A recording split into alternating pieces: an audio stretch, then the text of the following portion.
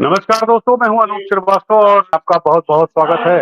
दोस्तों, इस live session में हम बात करेंगे जिस तरह से राहुल गांधी जी ने कहा कि पटना जो है वो देश बनता जा रहा है। हमारे साथ मौजूद है भारतीय जनता पार्टी के प्रदेश प्रवक्ता पटना से राहुल आनंद जी। राहुल जी, बहुत-बहुत स्वागत है आपका। जी, नमस्ते। और इसके साथ ही हमारे साथ अभी जुड़ने वाले हैं कि अ, असित साहब जुड़ेंगे, जो कि कांग्रेस के प्रवक्ता है। तो सबसे पहले बात शुरू करते हैं राहुल जी आपसे कि राहुल गांधी जो पिछले दिनों आए थे बिहार में, तो उन्होंने कहा कि साहब क्राइम कैपिटल बन गया है पटना शहर जो है। तो इस राहुल गांधी के इस बयान पर क्या कहना है आपका? बीजेपी की क्या लोगों का क्या क्या प्रतिक्रिया है आपकी?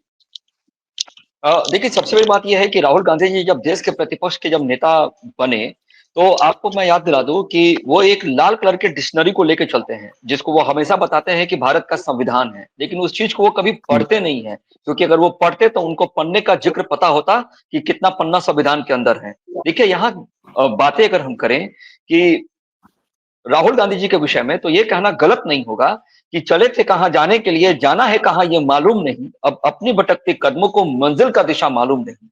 देखिए, ये बात बिल्कुल सत्य है कि राहुल गांधी जी जो बातें कहते हैं और जब राहुल गांधी जी का जो स्क्रिप्ट राइटर होता है, अगर ये लालू जी के कार्यकाल में बिहार आए होते, तो निश्चित तौर पे राहुल गांधी जी का अपहरण हो गया होता और सोनिया गांधी जी को 10 देशरत्न मार्ग से इनको छुड़ाने के लिए लालू यादव जी से नेगोशिएट करना पड़ता। तो ये राहुल गांधी जी हैं, वो कुछ भी कह सकते हैं, इनको 6-9 का फ़र्क नहीं पता है, तो वो उनकी बातों को बहुत ज़्यादा महत्व लेने की ज़रूरत नहीं है, क्योंकि बिहार की जो धरती है, वो ज्ञान की धरती रही है। और नालंदा में जाकर अगर इस तरह की बातें करते हैं, जहाँ विश्व से सभी लोग आते हैं, पूरे विश्व का एक मार्गदर्शन कभी दिया करता था और आज उसकी स्थिति बदली है, सुधरी है। जिस सड़कों की पे वो यात्रा कर रहे हैं, वो सड़कें 2005 के बाद बढ़ाई गई है, क्योंकि जब यूपीए की गवर्नमेंट थी, तो उस समय लगभग 4,800 कुछ करोड़ रुपए ही दिए गए थे बिहार को और आज देख लीजिए पैकेजों का बौछार हो रहा है और आज जो बिहार बढ़ रहा है तेजी से, वो कहीं न कहीं इस बात को निर्धारित करता है कि बिहार की जो आर्थिक स्थिति है, जो 14.45% से बढ़ रही है, ये निश्चित तौर पे ये दर्शाता है कि बिहार अब बदल चुका है, बिहार अब देश को नेतृत्व करने की क्षमता रखता है। हमारे साथ तो कांग्रेस के प्रवक्ता असित साहब भी जुड़े हुए हैं। असित साहब, बहुत-बहुत स्वागत है आपका हमारे इस शो में। जी, धन्यवाद। और आपने सुना कि जो बीजेपी के प्रवक्ता राहुल आनंद जी हैं, उनका कहना है कि भाई राहुल जी को बिहार के बारे में पूरी जानकारी नहीं है और कानून व्यवस्था को लेकर जो उनका कमेंट रहा, वो जो है तथ्यों से परे बता रहे हैं। देखिए, आपका सवाल क्या था और राहुल जी का जवाब क्या था, मेरी दोनों बात मेरी समझ में नहीं आई। आपका सवाल कुछ और था और उनका जवाब कुछ और था। कह तो ऐसे रहे हैं जैसे नरेंद्र मोदी जी इन्हीं के गाँव में पले बढ़े हैं और उनको इनके गाँव की एक-एक गली पता है, एक-एक दादी-चाची को वो पहचानते हैं और वहीं घुमसार में भूजा भूज के खाते थे। अरे भाई, ज़ाहिर-सी बात है कि राहुल गांधी जी दूसरे सूबे के हैं, नरेंद्र मोदी जी दूसरे सूबे के हैं, हमारे आपके गाँव में पले-बड़े लोग नहीं हैं और हमारे आपके गाँव के लोगों को नहीं जानते। मसला था लॉ एंड ऑर्डर का। और क्या राहुल आनंद इस बात से इनकार करेंगे कि आज पटना में घर में घुस के 3 लोगों को गोली मार दी गई, जिसमें माँ और बेटी की मौत हो गई और पिता की स्थिति बहुत गंभीर है? क्या बिहार की कानून व्यवस्था बहुत अच्छी है? कल एक दारोगा को, दारोगा के बेटे को, दारोगा के भाई को सरेआम गांव की पंचायती में गोली मार दी गई। क्या बिहार की कानून व्यवस्था ठीक है?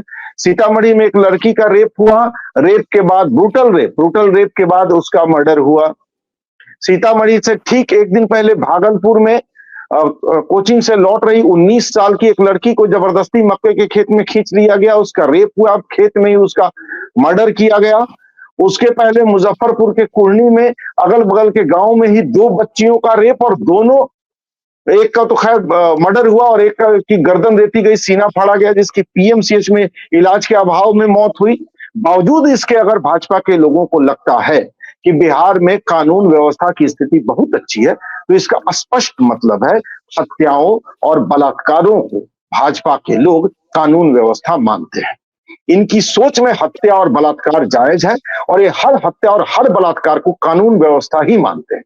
अगर हत्या ना हो, बलात्कार ना हो, तब इनको लगता है कि कानून का राज खत्म हो गया है, कानून व्यवस्था चौपट है। इन्हें रोज हत्याएं चाहिए, रोज बलात्कार चाहिए, बलात्कार के बाद हत्याएं चाहिए।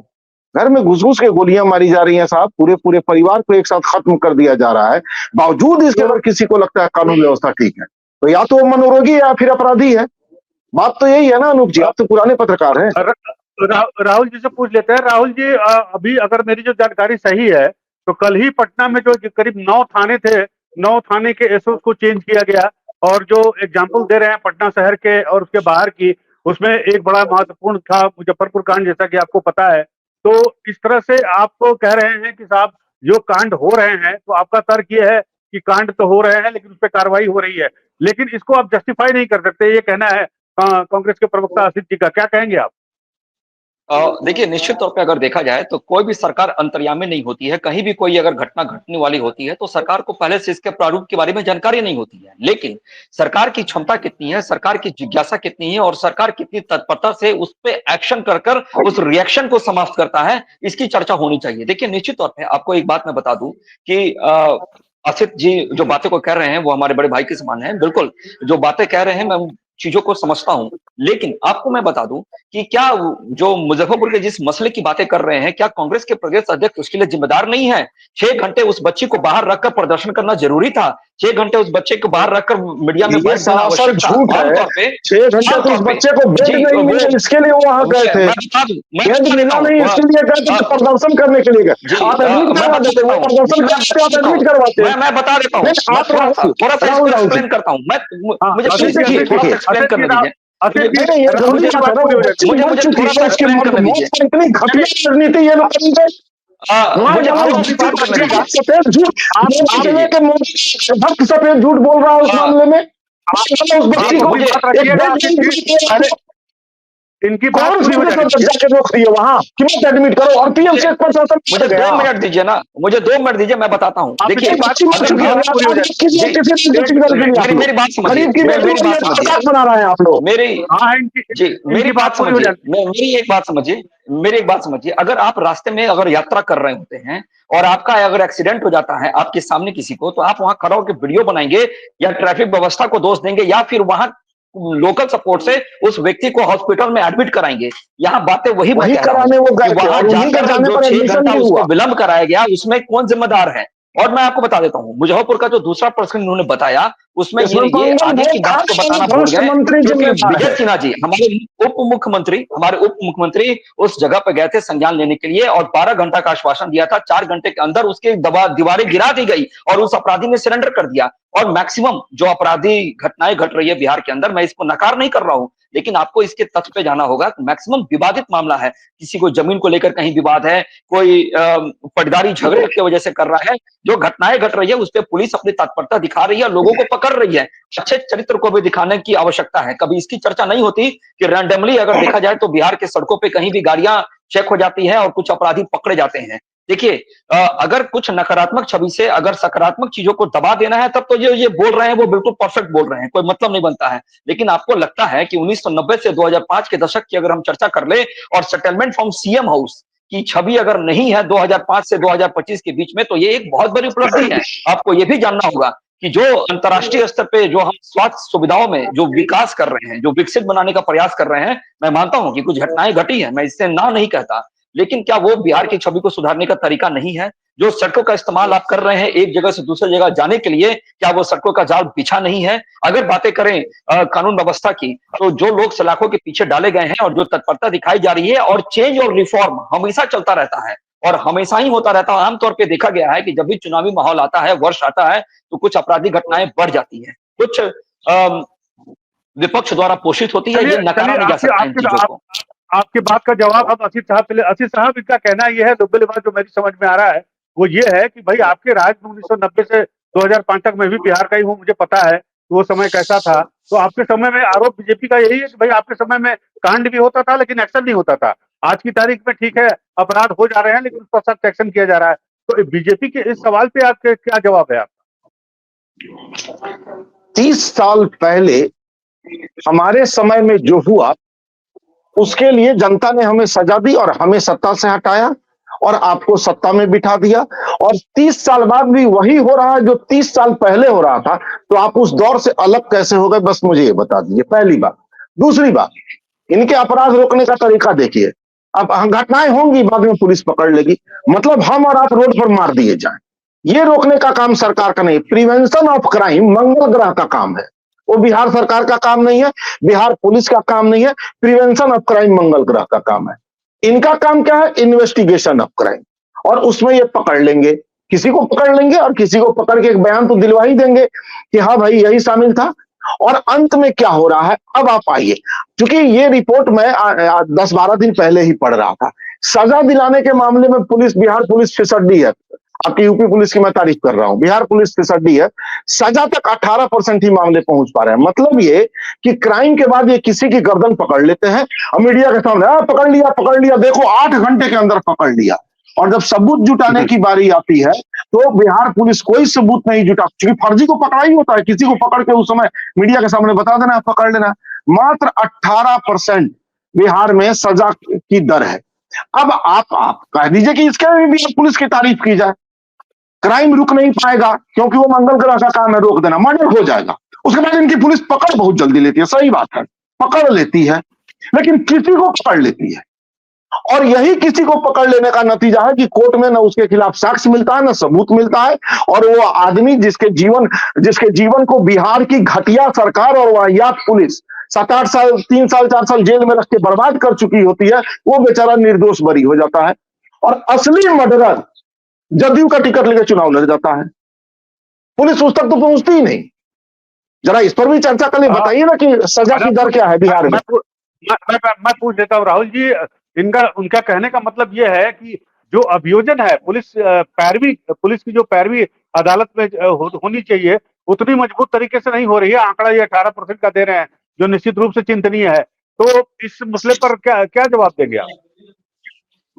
देखिए, एनडीए के कार्यकाल की अगर आप बातें करें तो निश्चित तौर पर मैं आपको बता दूं, नीतीश कुमार जी ने सार्वजनिक मंच से इस बात को कहा है कि हम ना किसी को फंसाते हैं ना किसी को बचाते हैं, जो अपराधी है वो 100% पकड़ जाते हैं। देखिए, अक्सर चीजें लगाई गई है, और जो करप्शन की बात कर लीजिए उसके ऊपर भी बिहार सरकार का 0 टॉलरेंस रहा है। लेकिन यहाँ सवाल ये उठता है कि जो कांग्रेस के जो प्रवक्ता जो बातों को कहते हैं उसमें कितनी सच्चाई है। तो निश्चित तौर पे अगर हम देखें कि आबादी के हिसाब से जो पुलिस में जो भर्ती कराई जा रही है, वो निश्चित तौर पे इसलिए कराई जा रही है कि आने वाले समय में और पारदर्शिता के साथ पुलिस की जो छवि है वो निखरे जनता के बीच में। आपको मैं बता दूं, बिहार के डीजीपी ने जब से अपना कमान संभाला था, तब से उन्होंने कहा था कि आपको थाने में जो रपट लिखाने जाना है तो उस समय किस तरह का व्यवहार करना है, कैसा परिवर्तन रखना है, इको फ्रेंडली वातावरण देना है। देखिए, नाराजगी हो सकती है, बिल्कुल हो सकती है। जब 11 साल का कार्यकाल में नरेंद्र मोदी जी ने देश को कहां से कहां पहुंचा दिया, जब कांग्रेस ने 11वीं अर्थव्यवस्था सौंपी थी, आज हम चौथे अर्थव्यवस्था पे हैं, तब भी शिकायत कांग्रेस को है, ये माना नहीं जा सकता है। जब अगर हम बातें करें, अगर 1999 की अगर हम बातें करें, जब अटल जी के कार्यकाल में जब एक नींव रखी गई थी, चिनाब पे ब्रिज बनाने की जो बातें की गई थी, उस समय इनको एनओसी देने में बहुत लेट लग गया, और आज जब वो बनकर तैयार हो गया तब भी शिकायत है। यही नहीं, आयुष्मान भारत की भी बात कर लीजिए, तब भी शिकायत है। देखिए, शिकायतें चलते रहेंगी, इस पे नहीं जाना है, लेकिन देखना यह है कि प्रतिशत कितना तेजी से हमारा बढ़ रहा है जनता के बीच में अपनी बातों को स्थापित करने के लिए। आपको मैं बता दूं कि बिहार की अगर परिदृश्य की अगर कल्पना कीजिए, 2005 के पहले बिहार एक गाली के स्वरूप में प्रकट किया जाता था, आज वही बिहार आज एक मान और सम्मान के बारे में प्रकट किया जाता है। क्योंकि जब लोग कहते हैं, मुझे पता है आने वाले समय में हमारे कांग्रेस के प्रवक्ता इस बात को निश्चित तौर पे कहेंगे कि पलायन का क्या मुद्दा है, मैं उस पर भी आऊंगा। लेकिन फिलहाल आपको बता दूं कि अब पहले से जो अभी छवि है वो काफी बेहतरीन स्थिति में आई है। नीतीश आयोग की भी रिपोर्ट अगर हम बात करें, पुराने रिपोर्ट की बात करें, तो निश्चित तौर पे सरकार बहुत ईमानदारी के साथ काम कर रही है और अपने कमी को भी दर्शा रही है। क्योंकि अगर केंद्र की सरकार अगर नरेंद्र मोदी जी की है और बिहार में अगर कुछ अंक बिहार को कम मिलते हैं, तो निश्चित तौर पर ईमानदार सरकार है, साफ छवि वाली सरकार है। लेकिन ये चलता रहेगा। चलिए आपकी बात रोकता हूं मैं। अब चलिए, आपने ईमानदार सरकार की बात कही, आपने नरेंद्र मोदी की बात कही, तो विषय को थोड़ा सा बदलते हुए मैं पूछना ये चाहता हूं कि राहुल गांधी जी का भी एक आर्टिकल आया था परसों, अखबारों में, देश के तमाम अखबारों में छपा है वो, और उसमें उन्होंने ये आशंका जाहिर की है कि महाराष्ट्र में जो खेल हुआ, यानी 5 साल में 31 लाख वोटर बढ़े, और फिर विधानसभा और लोकसभा के बीच में जो है 40 से 41 लाख वोटर बढ़ गए, और जब 5 बजे मतदान खत्म हुआ, उसके बाद 1 घंटे के बाद का जो आंकड़ा जारी किया चुनाव आयोग, वो करीब 6.5% के आसपास का था, इतना बढ़ा हुआ था। अमूमन ये 1-2% ही होता है। तो कुल मिलाकर उन्होंने कहा कि चुनाव आयोग ने जो है महाराष्ट्र चुनाव में धांधली की थी, जिसकी वजह से एनडीए वहां पर जीती, और उसी धांधली की आशंका उन्होंने बिहार में भी लगाई है। तो इस पर क्या कहेंगे? राहुल गांधी के इस आरोप पर आपका क्या कहना है?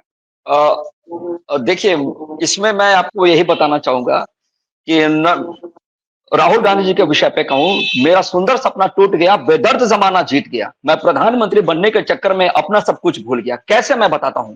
संविधान की आर्टिकल 324 में चुनाव आयोग की स्थापना की जाती है और चुनाव आयोग निष्पक्ष चुनाव कराने के लिए तत्पर होता है। 1987 का आपका बात अगर संज्ञान में लेके आ जाए, टीएन सेशन जो चुनाव आयुक्त थे, उन्होंने चुनाव आयोग की छवि को बदलने का प्रयास किया था। उस समय किसकी सरकार थी और किसने सबसे ज्यादा विरोध किया था? पहला प्रश्न। दूसरी बात मैं बताऊं, अगर तकनीकी रूप से बात करें तो 2009 में अगर महाराष्ट्र में वोटरों की संख्या कितनी बढ़ गई थी, उसमें किसकी सरकार वहां पे थी, इस चीज को देख लेने की आवश्यकता है। और अप्रत्याशित तौर पे वहां पे वोटर बढ़ गए थे। और कर्नाटका के विषय पे बात कर लीजिए। कर्नाटका में 2018 से 2023 के बीच में 36 लाख वोटर बनते हैं और 2023 के बाद 1 से 1.5 साल में लगभग 46 लाख वोटर आ जाते हैं। इसका मतलब साफ है कि कांग्रेस ने धांधली किया और कांग्रेस ने धांधली करके वहां पे रोहिंग्या मुसलमानों को जोड़ा, अप्रत्याशित तौर पे वोटर को जोड़े गए और वो फिर से सरकार बना ली। लेकिन यहाँ पे सब चीजों को छोड़ता है, ये एक भाजपा का मत हो सकता है, लेकिन अगर इस पे तकनीकी रूप से बात करें तो मुझे एक बात का प्रश्न का जवाब दीजिए कि अगर भाजपा कहती थी अब की बार 400 पार, कहती थी, हमारा एक नारा था, बुलंद नारा था, लेकिन अब की बार 240 पे आ गए। अगर हमारा सच में इस तरह का प्रयास होता तो हमें ये वैशाखी की सरकार चलाने की क्या आवश्यकता पड़ गई थी? क्या आवश्यकता थी हमें वैशाखी की? हम 240 में तो सिमट गए। देखिए, प्रत्यक्ष को प्रमाण की आवश्यकता नहीं होती अनुज जी। सिंपली अगर हम बात करें तो निश्चित तौर पर बताएंगे कि बाबा भीमराव अम्बेडकर ने क्या कहा था। उन्होंने कहा था कि राजा का बेटा राजा नहीं बनेगा, राजा वही बनेगा जो राज्य करने योग्य होगा। लेकिन कांग्रेसी क्या करते हैं? हर वक्त राहुल गांधी को लॉन्च करते हैं और जब भी हार का ठिकाना होता है वो किसी और को जाके फोड़ देते हैं। यानी कि जिसका घर खुद शीशे का बना है वो दूसरे के घर में पत्थर मार रहा है।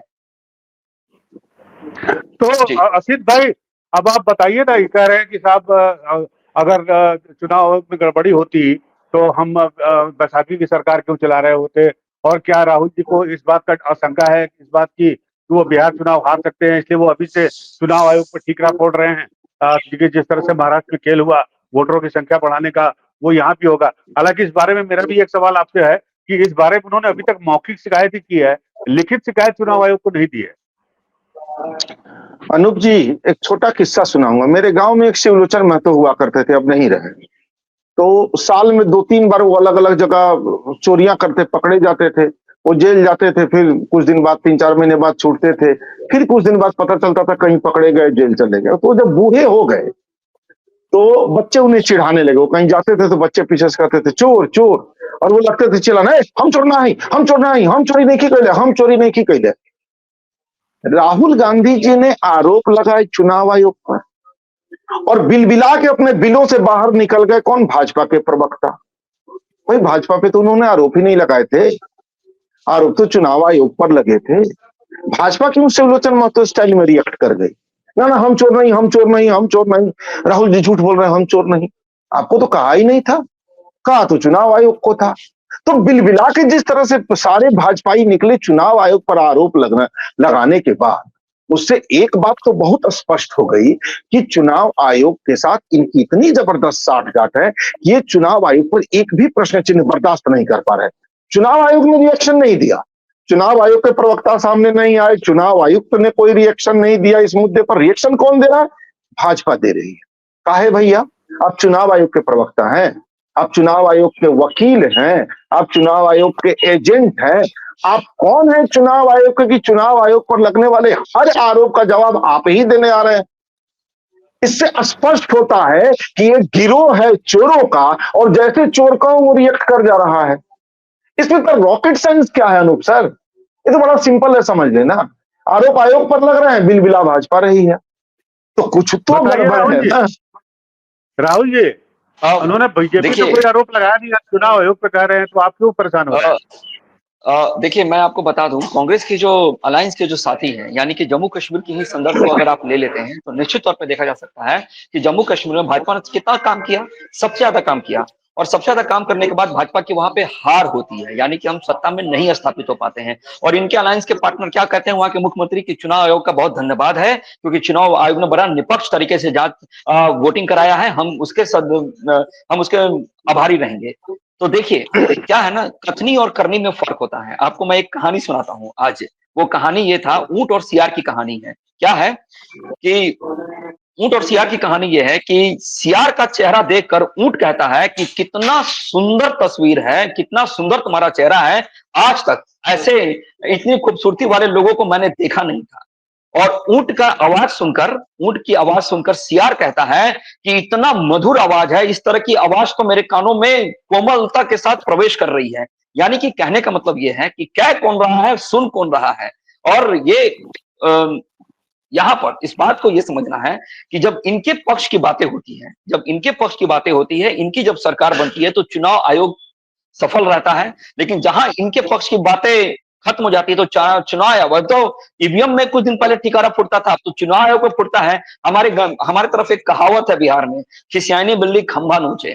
तो ये नोचते रहेंगे, हम तो लेकिन इसका आयोग प्रभाव को और ही इसका कुछ कह रहे हैं लोकतंत्र ना। की अगर बात करते हैं, लोकतंत्र की बात करते हैं, तो लोकतंत्र में सच्ची श्रद्धा जनता की होनी चाहिए। आप मुझे एक बात बताइए, मैंने अभी कहा कि लोकसभा में हमारी सीटें घट गई, चुनाव आयोग से 60 होती तो हमारी सीटें बढ़ गई होती।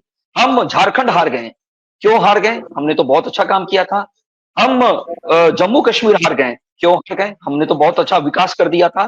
तो ये जो बातें हैं ना, ये सिर्फ कहने की बातें हैं। और भारतीय जनता पार्टी का एक ही एजेंडा है, चले थे साथ मिलकर, चलेंगे साथ लेकर। और जो सबका साथ, सबका चुनाव विकास आयोग और के सबका साथ सम्मान की हम बातें करते हैं ना, विपक्ष के लिए एक ही बात है, पता है क्या? चुनाव आयोग के संदर्भ में अगर हम बातें करें तो हिंदी फिल्म का एक मशहूर गाना था अनुज जी, वो था पन्ना की तमन्ना है हीरा मुझे मिल जाए। देखिए ये जो पन्ना है, उस हीरे की तमन्ना में बार बार हीरे को ही कटघरे में खड़ा कर रहा है, और हीरा इसको मिल नहीं रहा है। तो समस्या यही है, चाहे मेरी जान जाए, चाहे मेरी जान चली जाए, बस। चलिए असित जी, आपसे संभव कर लेते हैं कि भाई आप जब तेलंगाना जीतते हैं तो आप चुनाव आयोग के बारे में कुछ नहीं कहते हैं, आप जब कर्नाटक में जीतते हैं तो कोई चुनाव आयोग के बारे में कुछ नहीं कहते हैं, आप हिमाचल जीत जाते हैं तो चुनाव आयोग के बारे में कुछ नहीं कहते हैं, और कहीं हार जाते हैं तो फिर चुनाव आयोग आप पन्ना बन के हीरा की तलाश करते हैं, जैसा कि वो कह रहे हैं राहुल जी। मूल सवाल का जवाब तो आया नहीं कि हम अगर चुनाव आयोग पर टिप्पणी करते हैं तो भाजपा क्यों बिलबिलाती है। मूल सवाल तो ये है। चलिए हम भाजपा पर टिप्पणी करें, भाजपा के किसी नेता पर टिप्पणी करें तो भाजपा प्रवक्ताओं का धर्म बनता है कि वो आके काउंटर करें। ये हमारा भी धर्म है, एक राजनीतिक दल के तौर पर हम भी ये काम करते हैं, उनको भी करना चाहिए, डेमोक्रेसी है, स्वागत है इसका। हम चुनाव आयोग पर टिप्पणी करते हैं तो भाजपा क्यों बिलबिलाती है, मूल सवाल तो ये था। इधर की कहानी सुन ली, उधर की कहानी सुन ली, सारी कथा सुन ली, मूल सवाल गायब। मूल सवाल का कोई जवाब आना चाहिए ना। इस सवाल का जवाब भाजपा के पास नहीं है, क्योंकि चोर चोर मौसेरे भाई हैं। भाई आयोग को बोलने दीजिए ना, आयोग में सक्षम लोग हैं, आयोग का भी अपना प्रवक्ता होता है, आयोग में सक्षम लोग हैं ना, वो हमें जवाब दे देंगे। वो तो कुछ बोल ही नहीं रहे हैं, सारे भाजपाई उतर जा रहे हैं अचानक। आयोग को कुछ बोलो नहीं कि भाजपा बिलबिला जा रही है। इससे स्पष्ट हो रहा है कि इन्होंने कहा ना, राहुल ने कहा कि छोटे भाई की तरह है मेरे, व्यक्तिगत संबंध मेरा बहुत अच्छा है, और राहुल अच्छा बोल रहे हो यार, धीरे धीरे और अच्छा कर जाओगे। राहुल ने एक बात कही कि चले थे साथ मिलकर, चलेंगे साथ मिलकर, तो ये चुनाव आयोग के साथ मिलकर ही चले थे, इसलिए इनकी मजबूरी है कि उन्हीं के साथ मिलकर ये चलेंगे भी। अब बचाव नहीं करेंगे तो कल को आयोग के लोग कह देंगे कि तुम्हारे लिए हम सारे धक्कर्म कुकर्म कर रहे हैं और तुम हमारा बचाव भी नहीं कर रहे हो, इसलिए इन बेचारों को मोर्चा खोलना पड़ता है उनके जी। तो चलिए मोर्चा खुल गया है चुनावी मैदान में, दोनों एनडीए और महागठबंधन दोनों अपने अपने दांव खेल रहे हैं।